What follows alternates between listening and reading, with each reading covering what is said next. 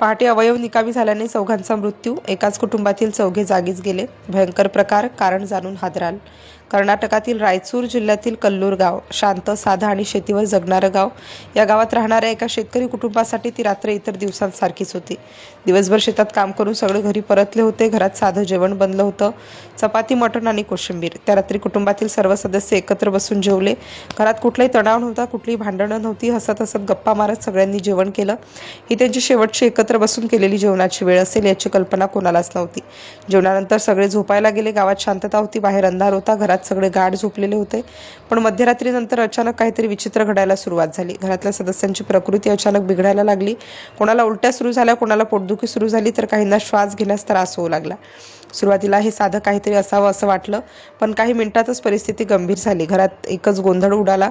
मध्यरात्री अचानक सगळेच त्रस्त झाले. कोणाला उठता येत नव्हतं, कोणाला बोलताही येत नव्हतं.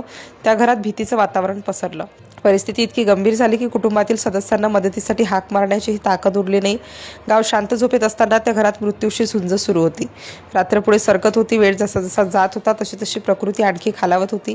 काही जण बेशुद्ध पडले, काहींचा श्वास मंदावू लागला. पहाटे 3च्या सुमारास परिस्थिती नियंत्रणाबाहेर गेली. एकामागून एक शरीरातील अवयव निकामी होऊ लागले. घरात मृत्यूचं सावट गडद होत गेलं. पहाटे गावात हालचाल सुरू झाली, तेव्हा या घरातून कोणतीच हालचाल दिसत नव्हती. शेजाऱ्यांना संशय आला. दरवाजा ठोठावला गेला, पण आतून काहीच प्रतिसाद मिळाला नाही. शेवटी दरवाजा उघडण्यात आला आणि आज जे दृश्य दिसलं ते पाहून सगळ्यांच्या अंगावर काटा आला.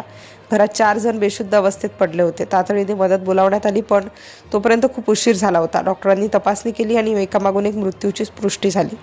या घटनेने संपूर्ण गाव हादरलं. रात्री व्यवस्थित जेवून झोपलेले 4 जण पहाटे मृत अवस्थेत सापडले होते. ही बातमी काही वेळातच परिसरात पसरली. गावातील लोक घराबाहेर जमा झाले. सगळ्यांच्या चेहऱ्यावर भीती आणि आश्चर्य होतं. पोलिसांना माहिती देण्यात आली. पोलिसांनी घटनास्थळी धाव घेतली. घराची तपासणी सुरू झाली, पण सुरुवातीला काहीच स्पष्ट नव्हतं.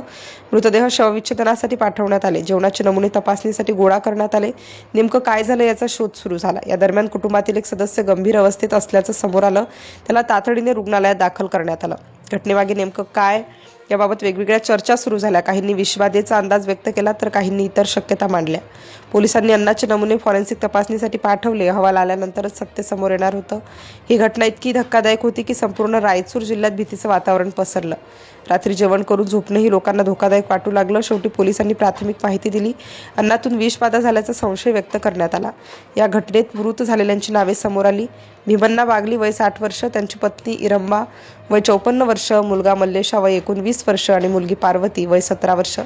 एकाच कुटुंबातील 4 जण काही तासात मृत्युमुखी पडले. रात्री मटण खाऊन झोपले आणि पहाटे अवयव निकामी झाल्याने चौघांचा मृत्यू झाला. अन्नातून विषबाधा झाल्याचा प्राथमिक अंदाज व्यक्त करण्यात आला आणि हीच घटना संपूर्ण देश हादरवून गेली.